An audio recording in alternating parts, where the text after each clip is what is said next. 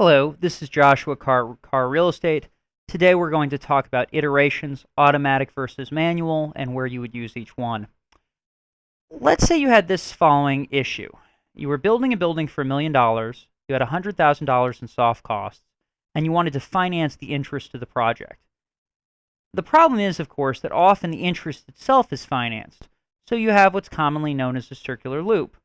That is to say, the draw schedule drives the interest, which drives the total draw, which drives the ending balance.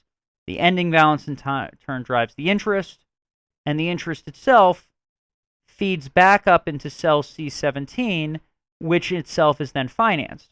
So we have what is commonly known as a circular loop. The interest is calculated off of how much money we borrow, and then the total amount of interest is fed back into the total, which then drives the draw, which drives it all over again. What most people in this case would do would be this.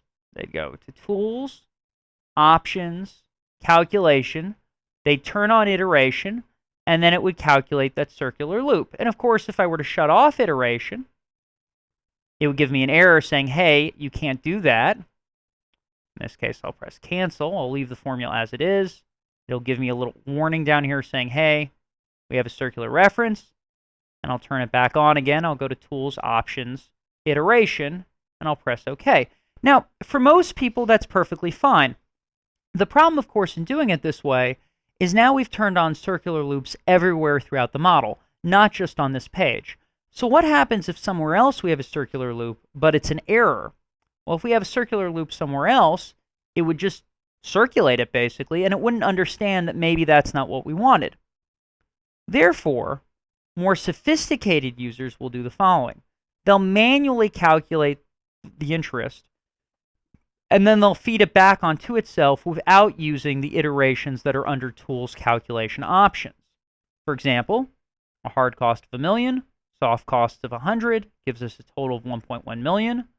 If I finance 80% of that, it's 880,000. We have a bunch of draws. We have a lot of interest, which gets us to a total interest of 26,000. However, this interest of 26,000 is not fed back into the total. Rather, it's fed into the next loop, which in this case is $1 million plus 100,000 plus the 26,000 from the previous iteration, gets us to 1126, and then we calculate the interest again, and we feed it into iteration 3, and then we feed it into iteration 4, and then finally all the way down into iteration 5. So that by the time we get to iteration 5, the interest from the previous iteration is 27,360, whereas the money from this iteration is 27,359.84. We can see that they're pretty darn close.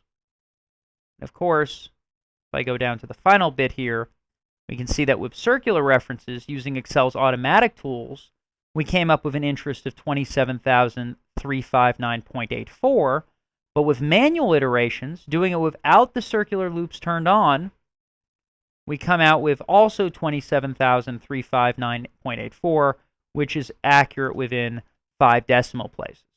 So, to make a long story short, you're more than welcome to use iterations under Tools, Option, Calculation, but if you do, you're raising the danger that somewhere else where you have a circular loop, it wouldn't catch it, right? It would think that any circular loop was good. The other thing is basically you're making the model calculate something hundreds of times, thousands of times, whereas in this case it only had to calculate it, say, 5 times, and it got to the answer. So by using manual calculations, doing these iterations step by step, not only do we increase accuracy, we also make the model run a lot faster, and also someone doesn't have to turn on the circular loop, which, depending on how their models are set up or how their spreadsheet is set up, they may or may not want to turn that on. For this and other similarly interesting type issues when building financial models in Excel, please go to our website, www.kahrrealestate.com, or simply put in the words car real estate in Google, and I'm sure you'll find us. And we will be having more of these types of issues as we go forward, covered in Car Notes, our semi-regular newsletter. Thanks very much. This is Joshua Car Real Estate, and until next time. Thank you.